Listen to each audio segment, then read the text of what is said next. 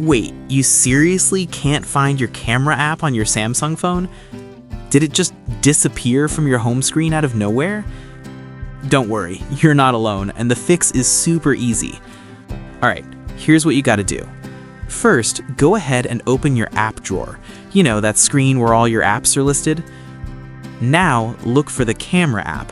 If you don't want to scroll forever, just use the search bar and type camera.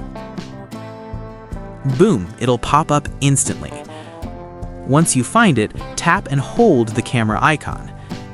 You'll see an option that says Add to Home Screen. Just tap that. And that's it. Your camera app is back on your home screen. Now you can drag it anywhere you like. Put it on the bottom dock for quick access or wherever feels most comfortable for you. See? Told you it was easy. So next time your camera app mysteriously disappears, no panic, you already know the trick.